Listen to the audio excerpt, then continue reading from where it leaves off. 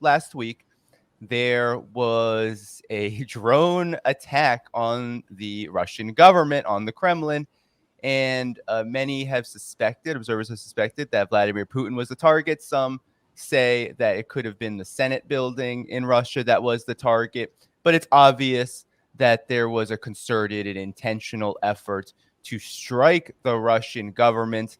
Many observers also believe that this leads directly to the Kiev regime. And before I get your reactions, Brian, I just want to show folks what happened really quickly. I did pull up a video on this. So this is from The Sun, which is reposting from Reuters, which is reposting, I think, from a Telegram channel. But here's the video.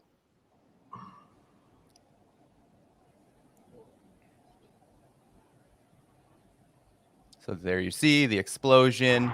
Here's another angle just showing the damage done. It seems like damage was minimal. Nobody was hurt. But that's what's happened, and it's caused quite a stir internationally. So, Brian, your reactions? Well, a couple of things. First of all, we just saw the footage. We saw guys up on the rooftop, and people are like, well, they had people in position already, so it's a false flag.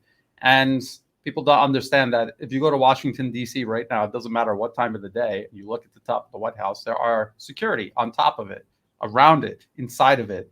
That's what a nation does with their most important buildings. They have it covered with security from top to bottom, literally from top to bottom. So there's that. Then the collective amnesia of the Western media and Western governments, forgetting all of this talk for months now that Ukraine was saying they were going to hit the Kremlin. They were specifically going to carry out a drone attack during the May Victory Day celebration. And then they did it. And then they're playing dumb as if who could have possibly done this? Maybe Putin did it himself. And it's a throwback to the very recent Nord Stream 2 pipeline attack. That it's the U.S. did it. And in this case, it's Ukraine or the U.S. or a combination of the two. It really doesn't matter because it's all one and the same. And how did Russia react to it? That's another clue as to it not being a false flag attack. You carry out a false flag attack, and then you immediately exploit it when you have that window of opportunity where emotions are heightened, reasoning is at a minimum, and you exploit it. You push through some sort of policy point. What did Russia do? They said, we're going to investigate it, and then we're going to react. This is the exact opposite of false flag attacks we've seen the U.S. and its allies carry out. The investigation comes after. We shoot first, ask questions later. That's how you know it's a false flag attack. That's how we know this one was not. So it was, and the last point, I guess, is to point out that this is for optics, political optics. It did virtually no damage. Even if it did, it would have, I don't know how much damage it would have done, but I don't think it would have been a game changer of any kind at all. It's all for political optics because Ukraine is unable to achieve anything on the battlefield of strategic substance. So this is a substitute for that, these political optics. And this is what they've done all along. So it's just more of the same.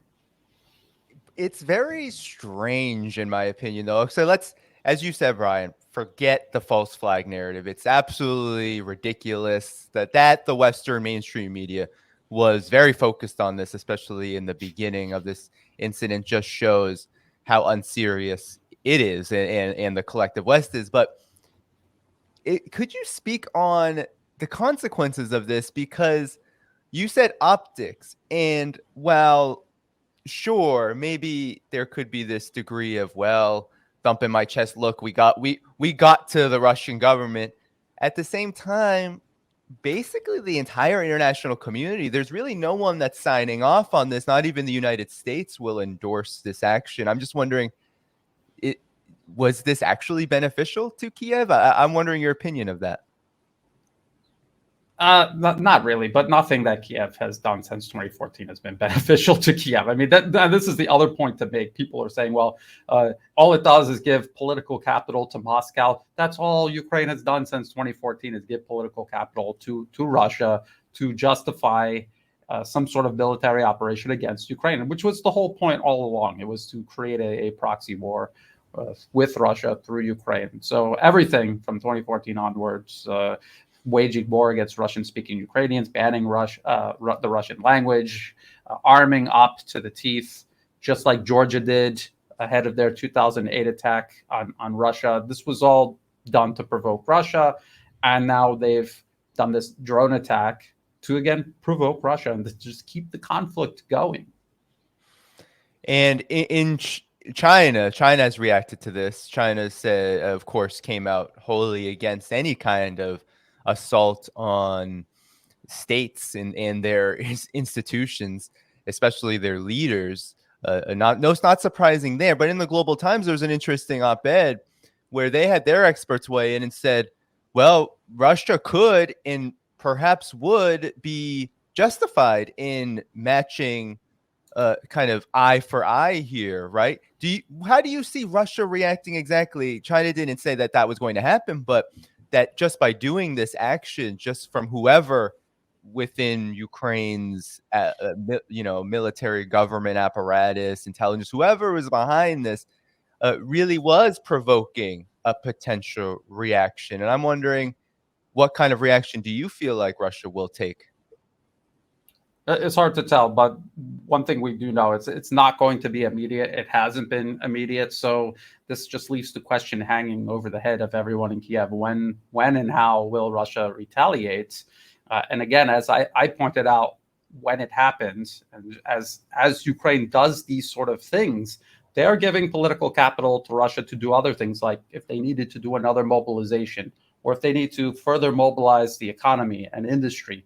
They have the ability to do that. They will have the support to do that because of these provocations by Ukraine. It's just like when they attack over the border to Belgorod or attack Crimea, the bridge, all of these things. These all add up in the minds of the collective Russian population. And this gives political capital to Moscow. And people would say, well, why is Kiev doing that? Because, again, it's a proxy war. It's meant to be fought to the last Ukrainian.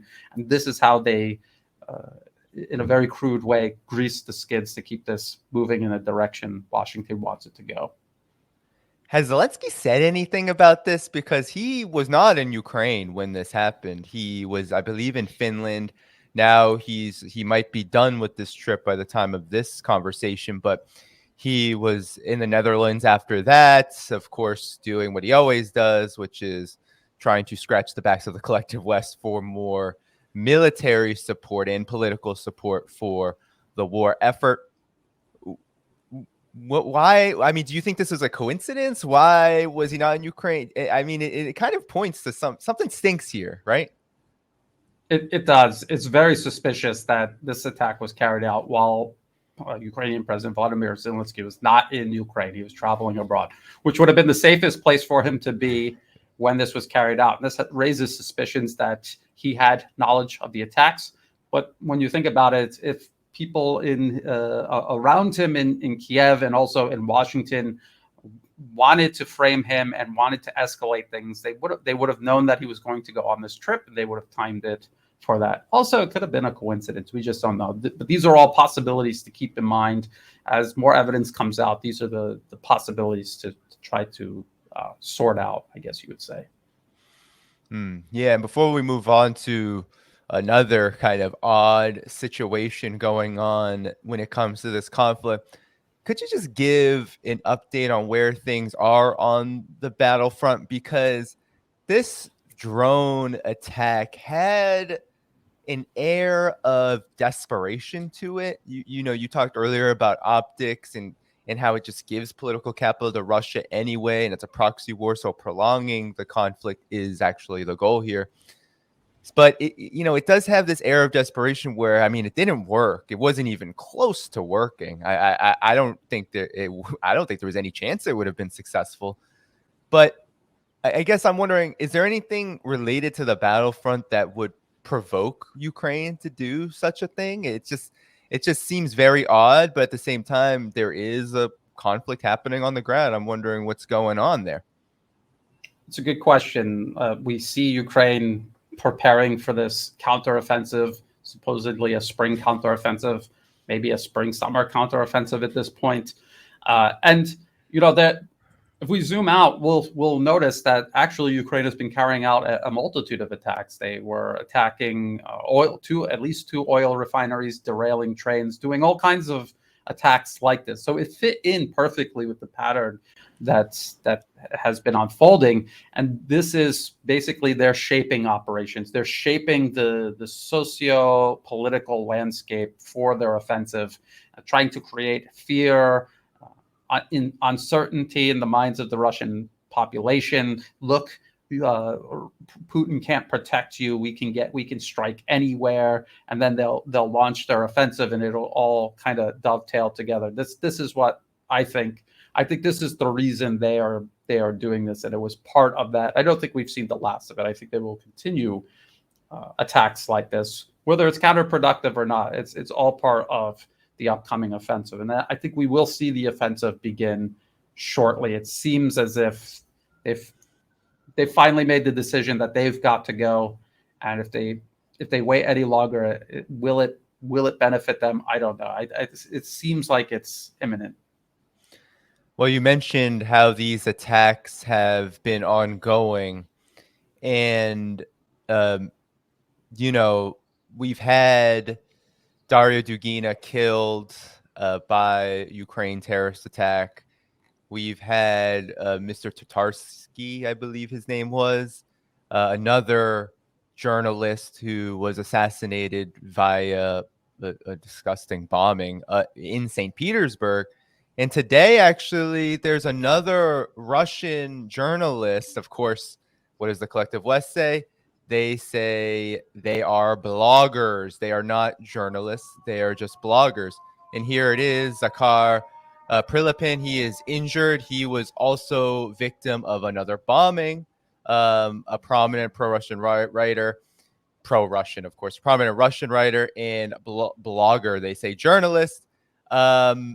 He has been pretty significantly injured, and that happened within the last 24 hours. So, Brian, I thought Ukraine was I thought the United States and the EU were defending a democracy, that this is an unprovoked invasion, that Ukraine is, just some lily white, angelic regime that is just a victim. But here it seems like a direct assault on journalists is a very strange way of enacting democracy. I'm wondering your thoughts. Absolutely. All of that talk about human rights and democracy is a smokescreen. They don't stand for any of that. As a matter of fact, as you just pointed out, they're actively undermining all of that. I see people in the comment section asking about Gonzalo Lira. They just arrested Gonzalo Lira. And before the show, I mentioned that the Kharkov Oblast Prosecutor's Office, their YouTube channel, published the evidence of Gonzalo Lira's crimes, which were saying, there's Nazis in the Ukrainian government. And the Ukrainian government from 2014 onward has been shelling the Donbas region. These are all absolute verified facts that even the U.S. government has admitted at one point or another. And so this is what they've done. They've rounded him up. They're attempting to kill journalists in Russia. They have killed journalists in Russia. They have arrested other journalists in Ukraine. They've suppressed the opposition. They control the media utterly. These are all the hallmarks of an actual dictatorship. And yet we're told that they're fighting for Western values. And in a way they are, because actual Western values at this point is hegemony and domination at all costs. So in a way they are telling the truth. But the idea that they're trying to get across to the public is that, no, they are fighting for Western values, democracy, human rights, and free speech. When again, we're watching it unfold. They're doing the exact opposite. Yeah, and these words appear to be nothing but a smokescreen. And actually, I think the most dangerous part is these words now, democracy and human rights, are so weaponized that they literally become synonymous with these acts of terrorism and repression. I mean, that's very serious. what's happened, I mean, there was there's this Meritovitz list, right? That this Ukraine think tank connected to intelligence, right? It has all these names on it, prominent people. Brian, are you on that list? No, I'm on the Ukrainian government's official Russian propagandist list. Okay, I'm on all that one. right. Yeah. But pretty probably know Earl Gray, Mike Jones. There's pretty prominent folks. Scott Ritter, I believe, is on that list. There's a lot of folks on that list who simply are saying, I'm sure Gonzalo Lira was on that list, almost 100% sure. And these are people, regardless of what you think of their overall politics, they all speak out against Ukraine and the collective West narrative. And that is leading to violence. And what I want to ask you, Brian, is, I mean, has Russia been doing the same thing? Because it doesn't seem like it has been. Even just the reaction to the drone attack investigation, we'll look into it, then we'll respond in kind. I mean, you have Ukraine here literally going after journalists just for speaking against the narrative. Yeah, well, at the end of the day, Russia is fighting a conflict for its own self-preservation. This is the U.S. and NATO fighting Russia through Ukraine, and for journalists in Ukraine speaking up against the Ukrainian government, they're speaking up because there are actually Nazis in the government and in the military. There are units of Nazis incorporated officially in the armed forces of Ukraine. They have been shelling and killing their own people since 2014. These are facts. This is reality. And so people speaking up against that, they are on the right side. They have the moral imperative. Ukraine, the government, and its supporters do not.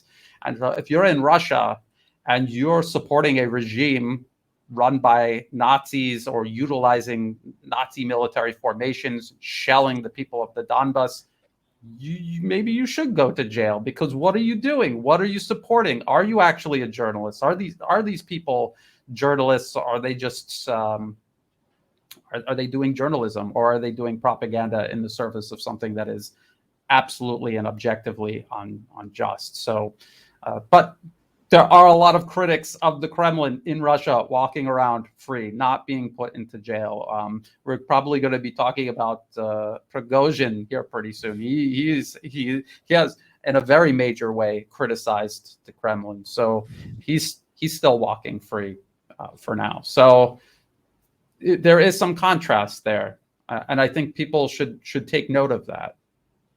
Well, one last thing on this point, then, on this issue of the drone attack and the complete and utter assault on journalism by Ukraine.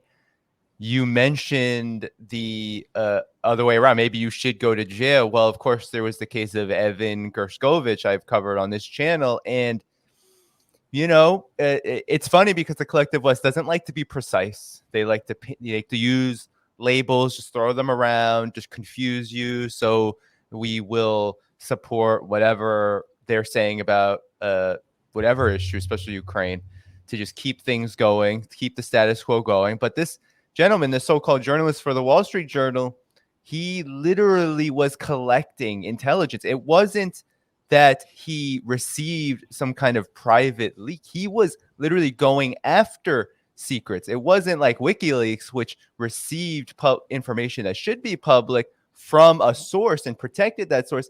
This guy was going around like Russia looking for information and trying to steal quote unquote secrets in order to posing as a journalist. And it's an entirely different thing, in my opinion, in my estimation.